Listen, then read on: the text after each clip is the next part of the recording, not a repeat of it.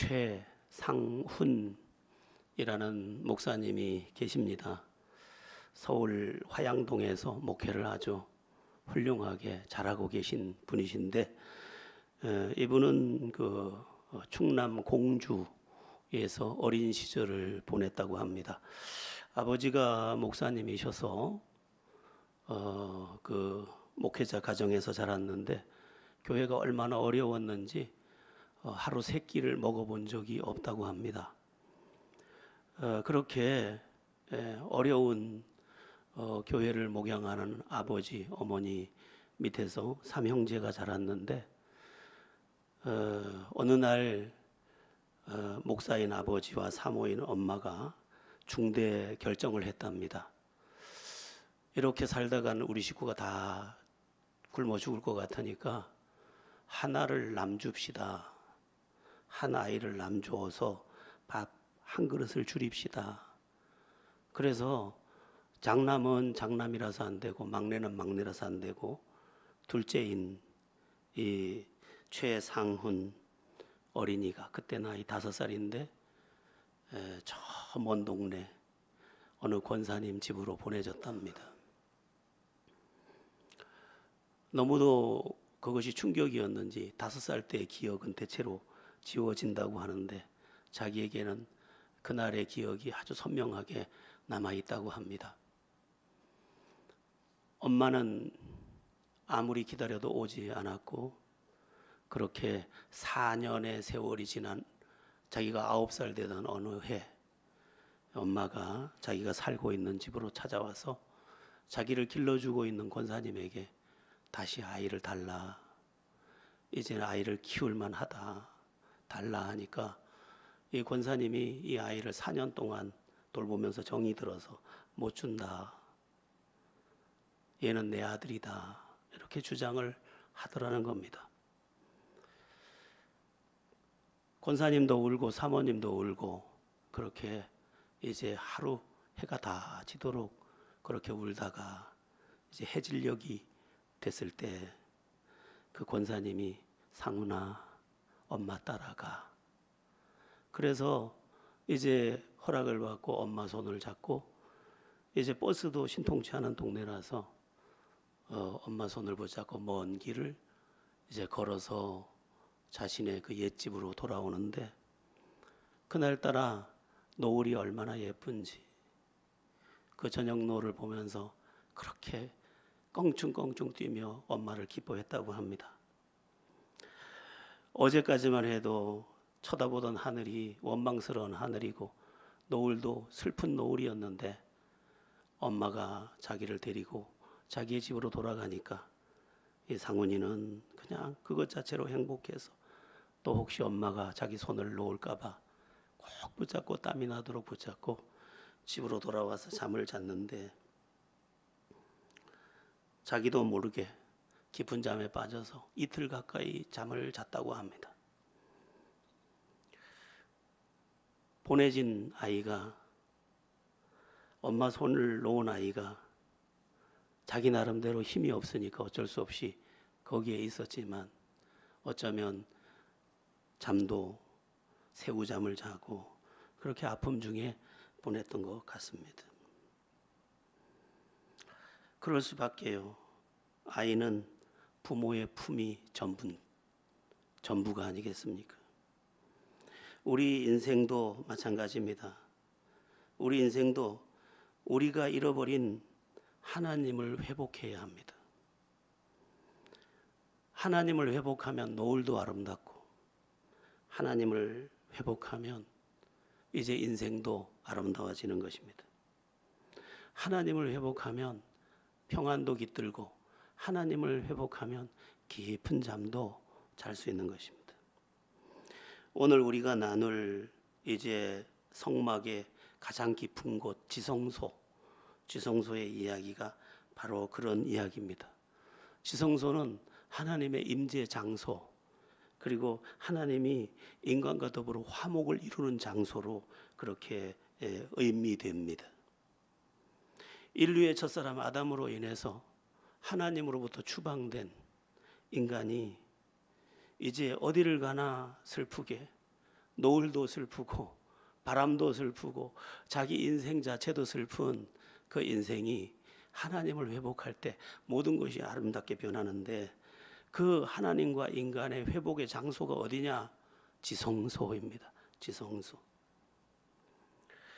지성소는 성막에 있어서 가장 깊숙한 공간인데, 그곳에는 언약궤가 있고 속죄소가 있고 또 그룹의 날개가 있습니다. 근데 이게 다 한 덩어리입니다. 그래서 그냥 들어가서 보면 지성소 안에 들어가면 뭐만 있느냐? 언약궤, 법궤라고도 부르는 언약궤만 있습니다. 그리고 사방은 다 금입니다. 한마디로 영광이 가득한 곳이고 거룩한 곳입니다. 지성소를 영어로 어떻게 표현하는가 봤더니 Holy of Holies,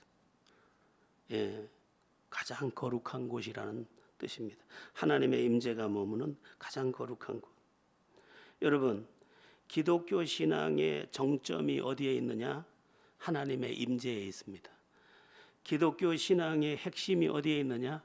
하나님과의 회복에 있습니다. 잃어버린 하나님을 회복하는 것. 상훈이가 엄마를 회복하고 아빠를 회복하고 가정을 회복하는 것처럼, 우리 크리스찬들에게 있어서 우리 크리스찬들이 찬양하는 이유도, 크리스찬의 핵심 내용도 뭐냐? 잃어버린 하나님을 회복하는 것. 그게 가장 중요한 것입니다. 수없이 말씀을 드리지만 인간의 불행은 하나님을 잃어버린 것에서 비롯되었습니다. 흙을 떠난 나무가 저절로 시드는 것처럼, 물을 떠난 물고기가 저절로 퍼덕거리다가 숨이 넘어가는 것처럼, 인간이 하나님을 떠날 때 인간의 땅은 낙원에서 가시덩굴로 바뀌었고, 인간관계는 가장 가까운 관계까지 의심하면서 정죄하는 관계로 바뀌었고, 모든 것이 트러블을 일으키면서 내 삶이 그 트러블의 그 거친 황야를 걸을 수밖에 없는 그런 형편이 된 것이죠. 어디 그뿐입니까? 하나님을 떠난 인간에게 질병이 찾아오고, 하나님을 떠난 인간에게 죽음이 찾아오고, 하나님을 떠난 인간에게 심판도 찾아왔습니다. 그래서 하나님을 회복하는 것, 영원하신 하나님을 회복할 때 영원한 곳으로 들어가는 것이고, 좋으신 하나님을 회복할 때 좋은 인생의 자리로 들어가는 것이기 때문에 하나님을 회복하는 것이 모든 것이다, 이렇게 말씀을 드리는데, 중요한 게 뭐냐? 하나님을 회복하는 것은 내가 할 수 있는 일이 아니라는 것입니다. 내가 할 수 있다면 했을 것인데, 상훈이가 자기가 엄마를 회복할 수 있다면 진작 했을 텐데 자기 힘으로 할 수 없어서 엄마가 오기만을 기다렸던 것처럼, 우리는 우리 힘으로 하나님을 회복할 수가 없습니다.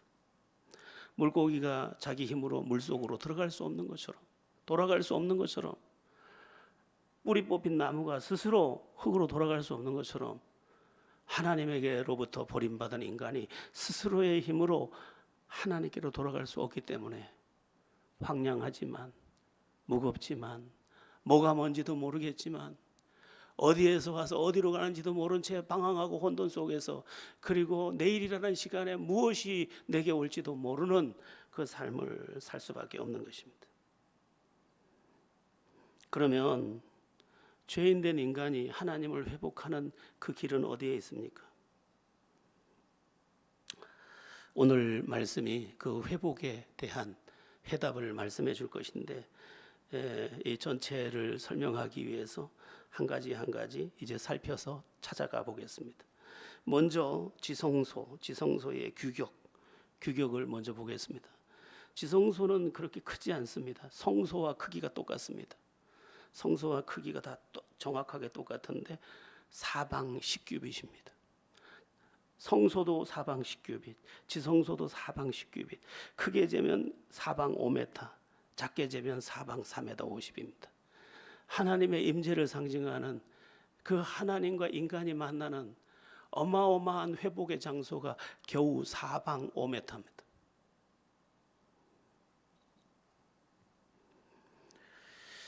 하나님의 임재를 상징하는 지성소가 겨우 5m라고 너무 작은 거 아니야 생각할 수도 있습니다. 그러나 지난번에 말씀드렸던 것처럼 하나님은 거창하게 꾸미는 것에 의미를 두지 않습니다. 사람은 뭔가 웅장하고 거창해야지만 거기에 뭐가 있는 것으로 여기는데 하나님은 진실만을 기뻐하십니다.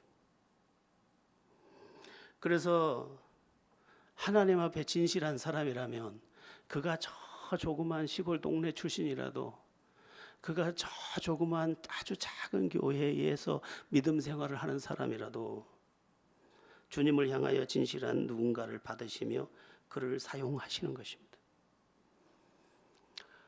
여러분도 자주 들어서 알고 있는 D.L. 무디 같은 사람은 사실은 초등학교도 나오지 못한 사람이 아닙니까? 그러나 그가 예수님을 믿고 정말 진정한 믿음, 우리는 말씀을 읽고도 말씀대로 안 살고 성령을 받고도 성령의 감동을 따라 순종하지 않지만 이 무디라는 이 청년은 성령이 감동을 주시면 그대로 하고 성경이 가르치면 그대로 하고 그랬더니 하나님께서 다른 유식한 사람들 다 제쳐두고 무디를 받으시고 무디를 사용하기 시작합니다. 어떤 판사가 무디의 설교를 듣다가 이렇게 말했습니다. 무디 선생, 당신의 설교 오늘 문법이 26번이나 틀렸소. 그 정도로 투박했지만 하나님은 그를 받으셨고 그를 통하여 미국을 뒤집고 영국을 뒤집고 유럽을 뒤집어 버렸습니다. 여러분, 진실한 것이 하나님 앞에 가장 강한 것입니다. 제가 어제 어떤 사람의 사진을 보다가 이런 글은 쓰면 안 되는데 이런 글을 혼자 끄적거렸습니다. 뭐 용서라면 용서하고 들으세요.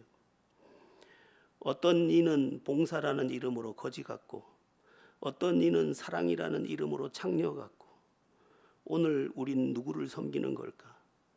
다 늙도록 주님의 이름만 팔아먹는 가여운 우리들, 바리새인 그날처럼 회칠한 무덤일 뿐인 것을.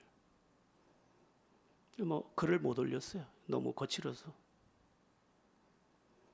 여러분, 진실이 하나님 앞에서 진실하고자 몸부림치고 주님이 나에게 말씀하신 것은 혼살을 걸고 행하려고 힘을 쓰고 성령이 나를 주장하신 마음이 있으면 그것에 복종해서 순종하고 이것이 하나님의 사람의 삶이지. 이름은 다 거창하지만 이름은 다 그럴듯하지만 거기에 진실이 없고 거기에 주님이 없고 나만 있다면 예수를 팔아서 나를 섬기는 것인즉 그것은 별 의미가 없는 것이죠. 진실한 믿음, 정말 사방 5m밖에 안 되는 그 지성소 안에서 하나님과 죄인된 인간이 만나는 스파크 무브먼트, 불꽃의 운동력이 나타나는 그런 역사를 우리가 봐야 할 것입니다. 우리의 믿음이 진실이기를, 우리의 마음이 진실이기를, 우리의 순종이 진실이기를 간절히 바랍니다. 한편 성소와 지성소는 두꺼운 휘장으로 구분되어 있어서 내부로 들어가기는커녕 그 안을 들여다볼 수도 없었습니다. 이것은 우리의 힘과 우리의 의로움으로 하나님 앞에 나아갈 수 없음을 말씀하는 것입니다. 죄인된 인간이 완전히 의로우신 공의의 하나님 앞에 어찌 나가겠습니까? 죄인된 인간에게 하나님은 가까이 할 수 없이 너무 먼 하나님이십니다. 그래서 누군가가 회복을 위해 몸부림칠지라도 하나님을 만질 수가 없는 것입니다. 오히려 그 공의의 하나님의 심판이 우리를 부를 뿐이죠. 그러면 하나님의 임재가 있는 이 지성소로 들어가는 방법이 무엇일까? 방법은 단 하나입니다. 그 방법은 대제사장이 송아지와 염소의 피를 가지고 유대력으로 7월 10일 대속죄일 날 그 이스라엘의 죄를 가지고 그 지성소로 들어가는 것입니다. 대제사장은 1년에 단 하루 유대력으로 7월 10일 날 이날 하루만 언약궤가 있는 지성소에 들어갈 수 있었습니다. 근데 대제사장은 혼자 들어가지만 혼자 들어가는 것이 아닙니다. 이스라엘 전체, 하나님의 백성 전체의 죄를 가지고 지금 들어갑니다. 그 들어가서 이제 피를 가지고 들어가게 되는데 그 피를 통해서 하나님과 우리 사이에 화해를 이루는, 그것이 7월 10일 대속죄일에 일어나는, 그리고 그 속죄의 제사가 완성되면 하나님과 이스라엘 사이가 화목이 일어나는 것처럼 이제 우리가 예수의 피로 우리가 화목을 이룰 수 있게 되는 그런 방법이 있는 것입니다. 피는 생명을 상징하고 죄의 대가로 생명이 치러졌음을 의미하니까 이제 이 피가 하나님과 우리 사이에 화목을 이루는 것입니다. 피의 종류가 두 가지인데 앞에 제가 송아지 이야기를 했는데 첫 번째 피가 수송아지의 피입니다. 이 수송아지의 피는 어떤 피인가 하면 대제사장이 자기의 죄를 대신해서 쏟아붓는 피입니다. 대제사장이 지금 이스라엘의 죄를 짊어지고 가지만 자기도 죄인이기 때문에 먼저 자기의 죄를 대속하는 것입니다. 그러니까 자기 자신을 정결하게 하기 위해 이 피를 먼저 가지고 들어가서 지성소에 들어가서 이 속죄소라고 하는, 나중에 속죄소 이야기를 할 텐데 속죄소에 피를, 동편에 피를 뿌리고 또 손가락으로 7번 그 앞에 피를 뿌립니다. 두 번째는 염소의 피인데 이날 염소가 2마리가 필요합니다. 7월 10일 대속죄일 날 염소가 2마리가 필요한데 제비를 뽑습니다. 어떤 염소를 죽일 것인가? 어떤 염소를 광야로 보낼 것인가? 제비 뽑기를 해서 이제 피 흘려 죽이게 된 염소를 죽입니다. 그리고 그 피를 받아서 대제사장이 지성소로 들어가서 이제 속죄소 이야기를 할 텐데 속죄소에 또 피를 붓고 그 속죄소 앞에 피를 또 7번 뿌립니다. 남은 한 마리 염소는 어떻게 할까? 이제 속죄소에 그 지성소에 들어가서 속죄소에 피를 쏟고 이스라엘의 죄를 이제 사함받고 나온 이 대제사장이 이 한 마리 남은, 이것도 제비 뽑힌 거죠. 이 제비 뽑힌 염소를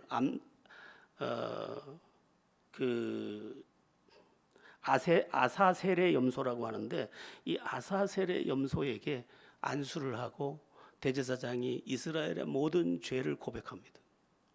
그러면 조금 전엔 죄 없이 끌려온 이 염소가 이제 이스라엘의 모든 죄를 짊어지게 됩니다. 그리고 미리 준비해뒀던 한 사람을 통해서 이 염소를 광야로 끌고 갑니다. 이스라엘 백성들이 살지 않는 아주 멀고 먼 곳 광야 저쪽으로 보내는데 의미가 뭐냐면 이스라엘의 죄가 이제 이스라엘로부터 떠났다라는 시각적 메시지가 됩니다. 지성소 안에서 염소의 피로 죄를 덮었다면 광야로 보낸 염소를 통해 죄를 멀리 치워버렸다, 그러한 의미를 가지게 되는 것입니다. 중요한 것은 오늘 우리들인데 우리가 예수님을 믿을 때 바로 이렇게 됩니다. 우리가 예수님을 믿을 때 내 죄가 주님께 전가되고 주님은 나 대신 죄인이 되어 형벌과 피 흘림을 십자가에서 감당하게 되는 것이죠. 그렇게 내 대신 피 흘려 죽으신 주님이 하나님과 우리 사이를 화목하게 합니다. 그런데 예수님께서 어디에서 십자가를 지시는가 하면 성문 밖에서 십자가를, 성문 밖에서. 이것은 아사셀의 염소처럼 우리의 죄를 성문 저쪽으로 멀리 가져가셨음을 의미합니다. 그래서 우리가 예수님을 믿을 때 피로 인하여 죄사함을 받은 것이고 아사셀의 염소처럼 성문 밖에서 십자가를 지신 주님이 우리의 죄를 전부 없애버리셨기 때문에 우리가 하나님 앞에 설 때 죄 없다함을 받게 되는 것이고 의롭다함을 받게 되는 것입니다. 창세기 3장 15절에서 여자의 후손으로 오실 예수 그리스도가 지금 성막 지성소에서 이제 속죄의 피, 그 피로 우리에게 다시 한번 나타나서 당신을 장차 올 구세주가 당신의 피로 우리를 구원할 것을 미리 보여주고 있는 그런 장면입니다. 여러분 한번 대답해 보세요. 정직하게. 여러분은 예수님께서 여러분의 죄를 대신해서 십자가에서 피 흘려 죽으신 것을 믿습니까?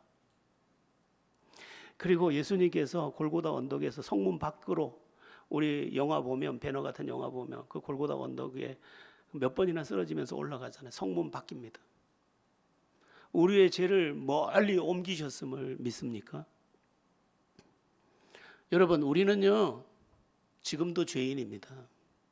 그리고 지금도 내 안에 죄성을 여전히 갖고 있습니다. 여전히 죄의 욕망을 가지고 있습니다. 그런데 예수 그리스도의 그 피가 지성소 안에 있는 속죄소, 그 속죄소에 뿌려졌던 염소의 피가 이스라엘의 죄를 다 덮고, 또 아사셀의 염소가 이스라엘의 죄를 다 가져간 것처럼 그리스도께서 다 가져가셨으므로 그 피의 효력으로 나는 여전히 죄고 앞으로도 죄를 지을 것이 분명하지만 우리의 죄가 깨끗하게 값을 다 치르고 하나님과 우리의 관계에 막힌 담이 다 해소되었음을 우리가 아는 것입니다. 마귀는 이 부분을 두고 굉장히 우리를 정죄합니다. 네 어제도 죄졌잖아. 나는 봤는데. 뭐 예전에 이런 영화도 있어요. 나는 네가 지난 여름에 한 일을 알고 있다. 뭐 이런 영화도 있어요. 하나님은 어떻게 얼마나 더 잘 알겠어요. 그러나 그리스도의 피가 얼마나 효력이 강력한지 우리가 지은 과거의 죄, 우리가 지금 짓고 있는 현재의 죄, 아직도 살아가면서 남아있는 미래의 죄까지 다 값을 다 지불했습니다. 아멘. 이것을 예수를 처음 믿는 사람들이 아이고야 교회 갔더니 예수만 믿기만 하면 죄가 다 용서받았다네, 죄인인데 괜찮다네, 이렇게 오해합니다. 그건 그리스도의 피의 능력을 몰라서 하는 소리입니다. 그리스도의 피의 능력은 과거, 현재, 미래, 그리고 조상으로 아담으로부터 물려받은 상속된 원죄, 내가 스스로 지은 자범죄 다 해결했습니다. 그래서 우리가 뭐라고 말하냐? 웬 은혜인가? 이게 웬 은혜인가? 이게 내가 봐도 내가 죄인인데, 내가 봐도 여전히 오늘도 죄를 향해 가고 있는데, 지성소의 피, 그 피로 하나님과 인간을 화목하게 했던 그 피처럼 하나님이 우리와 그리스도의 피로 화목하게 하셨다는 것입니다. 여러분, 내 판단을 믿지 마시고 사실을 믿으셔야 합니다. 예수 그리스도를 믿을 때 그 피가 나의 죄를 다, 죄값을 다 해결했습니다. 내 느낌은 안 맞습니다. 요새 걔 이름 뭐죠? 그 박진영인가? 가수면서 뭐 엔터테인먼트 하면서 왜 뭐 설교도 하대요. 조심해서 들어야 되겠더라고요. 하도 젊은 애들이, 서울에 젊은 애들이 많이 간다 해서 한번 들어봤어요. 제가 조심해야 되겠더라고요. 비슷한데 조심해야 돼요. 저는 신학적으로 설명할 수 있지만 성도들은 절대로 설명을 못합니다. 걔한테 반박을 못해요. 가령 세례받는 것에 대해서, 그날 제가 본 영상은 세례받는 것에 대한 건데, 만약에 내가 죄책감이 있고 죄가 있다면 세례받으면 안 된다는 거예요. 큰일 날 이야기입니다. 여러분, 이 세상에 죄책감이 아무도 없는 사람은 이 세상에 존재할 수가 없습니다. 구원의 서정이 9가지인데 소, 부르심, 중, 거듭남, 회개, 신, 믿음, 칭, 의롭다함, 수, 하나님의 자녀됨, 성, 거룩하게 됨, 견, 성도의 견인, 끝까지 책임지심, 영화롭게 됨. 영화롭게 되는 마지막 단계는 죽음을 통과할 때 9번째가 오는 거예요. 이 세상 존재 중에 그 누구도 죄로부터 완전한 자유로울 수가 없습니다. 그러니까 박진영이가 신학을 해야 돼요. 만약 그런 짓을 하려고 하면. 자, 이제 지성소에 있는 언약궤에 대해서 살펴보겠습니다. 지성소 내부에는 오직 하나의 성물, 법궤, 언약궤만 있다고 했죠. 왜 법궤라고도 부르고 언약궤라고도 부르느냐? 거기에 율법이 들어있거든요. 십계명이라는 율법이 그 법궤 안에 들어있어요. 그럼 왜 언약궤라고 부르냐? 그 법은 하나님의 언약이거든요. 그래서 법궤라고도 부르고 언약궤라고도 부르는 것입니다. 그 언약궤에 무엇이 들어있다고요? 히브리서에서 뭐 세 가지가 나옵니다. 만나, 십계명, 아론의 쌍난 지팡이가 돼 있는데 대체적으로는 십계명만을 이야기합니다. 뭐 그 세 가지를 다 이야기해도 되겠습니다만 지금 이 시간에는 십계명만 이야기를 하겠습니다. 십계명이 뭡니까? 법입니다. 법인데 그 법을 우리에게 들어대는 순간 우리는 죄인이 됩니다. 죄는 공의의 하나님 앞에 심판을 부르는 것입니다. 그러니까 이 법궤는 우리에게 뭐라고 말하고 있냐? 너는 죄인이야, 심판받아야 돼.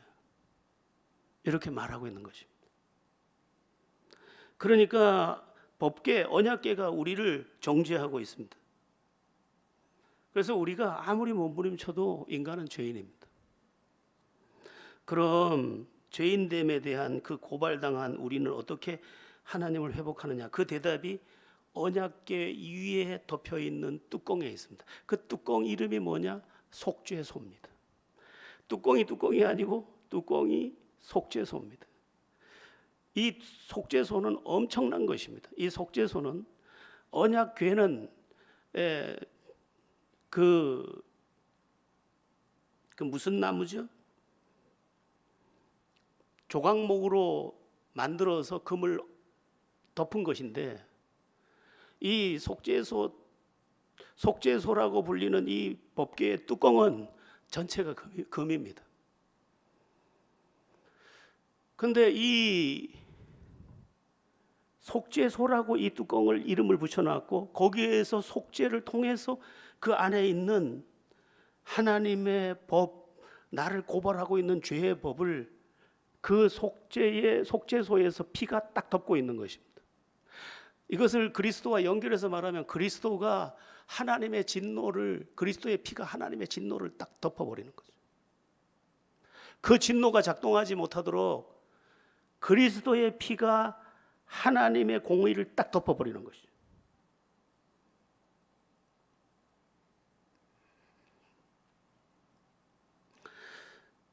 출애굽기 25장 17절에 보면 순금으로 속죄소를 만들 때 길이는 2규빗 반, 너비는 1규빗 반이 되게 하고 이렇게 돼 있는데 이 영어로는 이 속죄소 이름이 뭐냐면 머시시트입니다. 머시시트. 머시가 뭐죠? 자비, 긍휼의 보좌입니다. 그러니까 거기 이제 그 법궤의 법을 가지고 집행이 되면 모든 인간이 심판과 저주를 받아야 되는데 이 머시시트가 딱 덮고 있고 그 머시시트에 피가 딱 뿌려지는 순간 하나님과 우리의 관계에 죄값이 청산되었기 때문에 화목이 일어나는 것입니다.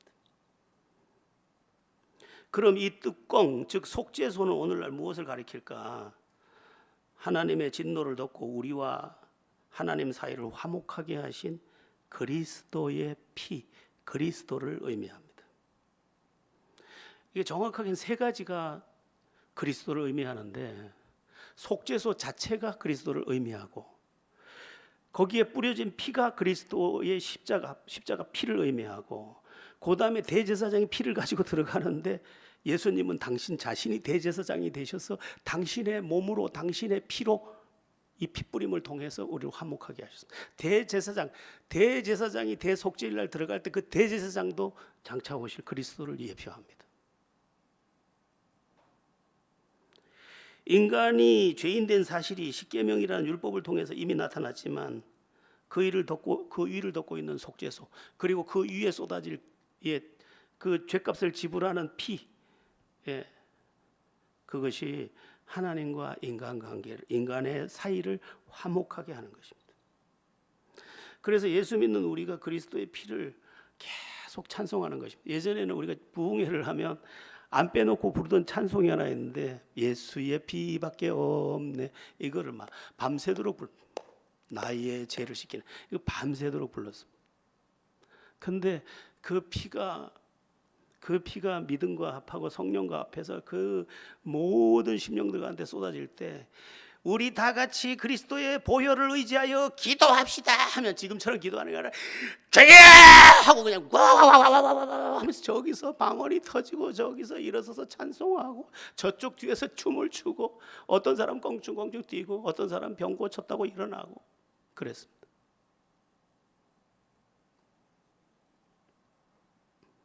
여러분, 세상은 지금 성공을 이야기합니다. 그러나 인생은 예수 없으면 모두 실패입니다. 왜냐하면 성공을 해봐야 어느 정거장에 도착하면 죽음이라는 정거장에 도착하자마자 탈탈 다 털려서 아무것도 손에 쥘 수 있는 것이 없고 오히려 공의의 하나님, 우리를 이 땅에 보내고 공법으로 이 세상을 다스리고 통치하시는 힘 보좌에 앉으신 그 하나님의 심판이 기다리고 있으므로 그 심판을 예감한 인간이 두려워서 눈을 뒤집고 그 막바지 몸부림을 치는 것입니다. 여러분, 사람 죽는 거 보셨어요 좀? 지금은 연명치료를 하면서 그냥 스르르 죽는 예가 많지만 예전의 죽음은 굉장히 무서웠습니다. 마지막에 보면 그 무서운 모습이 말로 다 못합니다. 그 무서움이 얼마나 컸던지 그분이 부모라도 손이 안 갑니다. 그래서 옛사람들이 하는 말이 있었는데 그게 뭐냐면 아이고 정 뛰느라고 저러는가 봐. 정 뛰느라고 저런데 정 뛰는 게 아닙니다. 자기가 지금 죽음이라는 그 골짜기를 바라보면서 자기 영 안에 담겨있던 그 영이 이제 두려움으로 반응하는 것입니다. 그래서 막 눈이 보통 실눈 같았던 사람도 눈이 유럽 사람보다 더 커집니다. 예수 아니면 다 실패해요. 아멘. 예수 아니면 다 실패해요. 어제 저한테 8년 후배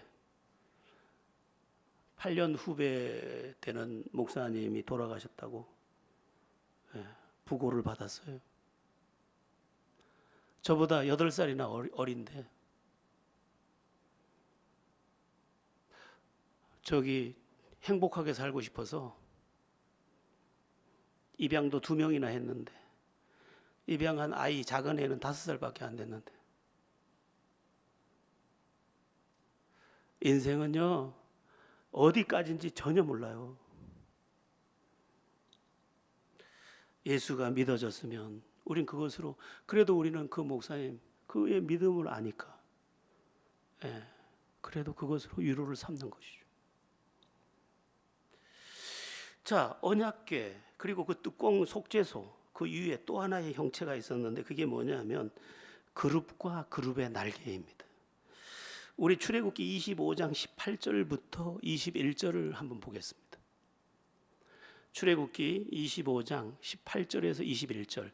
그러므로 그룹 둘을 속죄소 뒤 끝에 쳐서 만들되 한 그룹은 이 끝에 또 한 그룹은 저 끝에 곧 속죄소 두 끝에 속죄소와 한 덩이로 연결할지며 그룹들은 그 날개를 높이 펴서 그 날개로 속죄소를 덮으며 그 얼굴을 서로 대하여 속죄소를 향하게 하고 속죄소를 궤 위에 얹고 내가 네게 줄 증거판을 궤 속에 넣으라. 아멘. 여기 그룹이라는 이름이 나오는데 히브리어로도 그룹이에요. 조금 달라요. 히브리어는 크룹이에요. 그냥 번역한 거예요. 천사의 종류가 여러 천사에 해당하는데 천사가 그냥 천사는 다르게 불러요. 그냥 천사는 히브리어로 미라크라고 해요. 밀라크 천사예요. 그런데 이제 이사야서 6장에 가면 또 스랍이 나오는데 불꽃이라는 의미가 있는데 다 달라요. 천사들이. 그 또 일반 천사들은 하나님의 그 연락병, 전령병 그런 존재라면 여기 이 그룹들은 무언가를 지키는 존재예요. 그래서 창세기에 보면 생명나무를 지키기 위해서 이 그룹들을 거기 세워놓았다고 돼 있어요. 이 그룹은 지키는 거예요. 그러면 여기 법계 위에 속죄소 위에 지금 왜 지금 그룹의 날개가 이것을 덮고 있었을까? 그 의미가 뭘까? 하나님께서 그곳에서 드려질 속죄의 피를 지금 그 효력을 지켜주고 있는 것이 이 그룹의 역할입니다.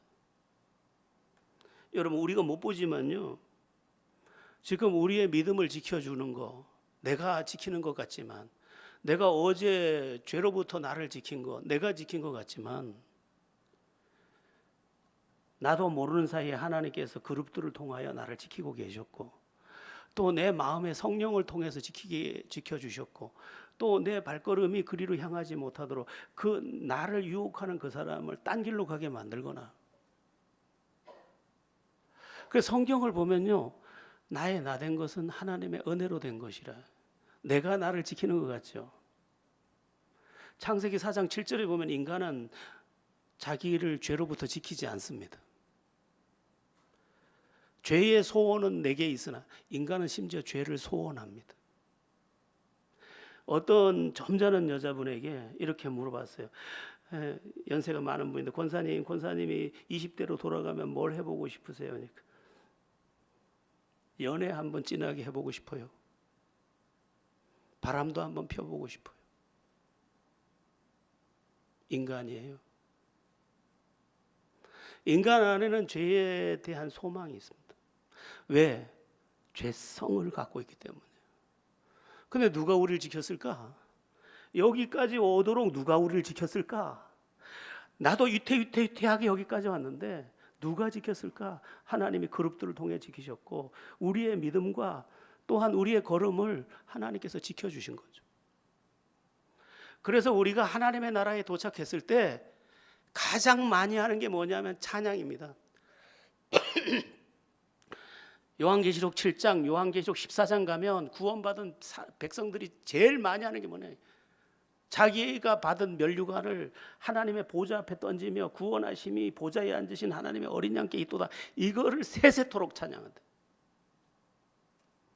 여러분, 우리는 이런 은혜를 안 주고 저런 은혜를 안 주고 저런 응답을 안 주고 저런 축복을 안 줘서 아무것도 못 받은 것처럼 여기지만, 그 어려운 중에도 용기를 잃지 않게 했던 거, 그 어려운 중에도 소망을 품었던 거, 그 어려운 중에도 기도할 마음을 가졌던 거, 다 하나님이 그룹을 통해 지켰고, 천사를 통해서 지켰고, 또한 성령을 통해서 지켰고, 우리의 발걸음을 지켜주심으로 여기 있는 것입니다.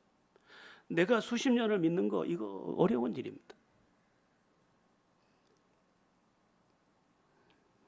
그래서 하나님께서 내가 지킬 거니까 두려워하지 말라고, 놀라지 말라고, 내가 너와 함께함이라고, 내가 너를 붙들어 줄 것이라고, 참으로 너를 내 의로운 오른손으로 붙들 거라고 말씀하고 계신 것입니다. 그래서 우리가 다 도착해 보면, 하나님 나라에 도착해 보면 모든 것이 하나님의 은혜라는 것을 고백하게 될 것입니다. 심지어 내가 원하지 않았던 그 고통이 나를 성화시켜서 거룩하게 할 것인데, 그것조차도 하나님의 은혜였다고 고백하는 하나님의 나라의 시간이 우리를 기다리고 있습니다. 우리의 믿음이 속죄소에서 이제 우리와 하나님과 우리 사이가 회복되면서, 우리 앞에 말씀드렸던 상훈이가 엄마를 회복하면서 그 노을도 예쁘고 그 잠도 이틀이나 깊은 잠을 자면서 안식을 누렸다면, 오늘 우리가 예수 그리스도의 이 피 흘림을 믿는 믿음으로 하나님을 회복할 때 모든 것이 다 과거, 현재, 미래, 그리고 내 심령과 내 가정과 내 삶의 터전과 내 자녀와 모든 것이 회복되는 그런 은혜를 누릴 것입니다. 사실 뒤에 4장이 더 있는데, 대속죄일에 대제사장의 그 발걸음을 다 얘기해야 되는데 그걸 7가지나 적어왔으니까 다 이야기는 할 수 없고 한 가지만 이야기하고 마치겠습니다.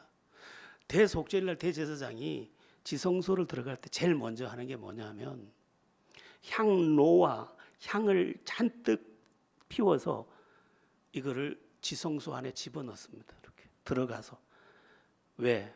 연기를 가득 채워서 죄인된 자기를 하나님과 자기 사이의 커튼처럼 연기로 가리는 겁니다.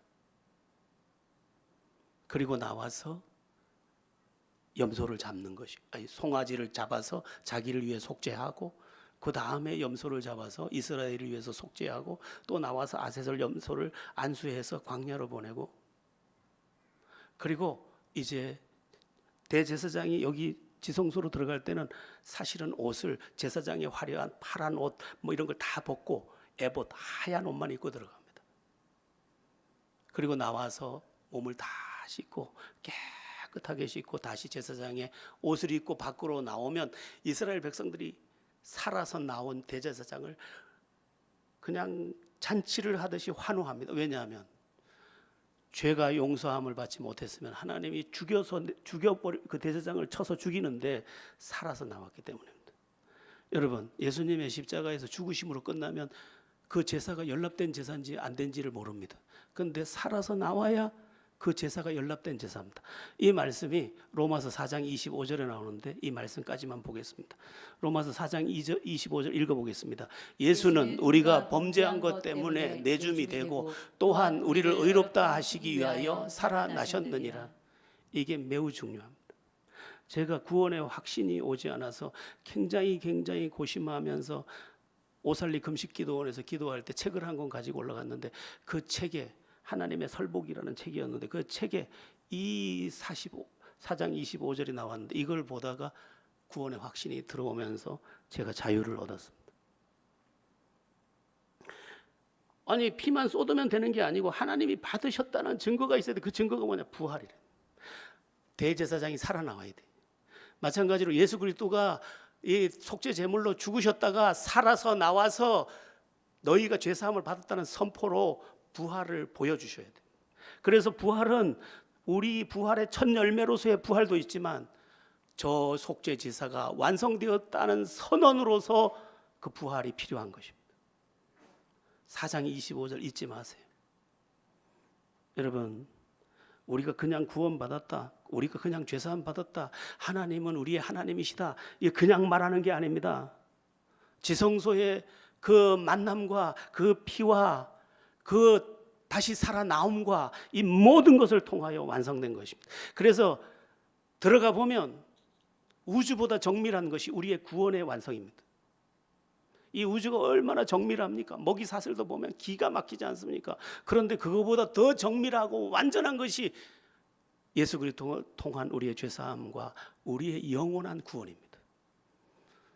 지성소에서 우리를 회복하기 위해 피를 받으시고 우리와 하나님과의 관계를 회복했던 그 하나님이 그리스도를 통해서 하나님과 우리가 사이를 회복하여 영원한 나라, 그냥 살면 허무하고 병들고 죽는 것밖에 남은 것이 없었던 인생에서 영원한 소망 중에 살게 하신 하나님을 찬송하면서 믿음의 깃발을 흔들고 하나님을 영화롭게 하는 모두가 되기를 예수 그리스도의 이름으로 바랍니다.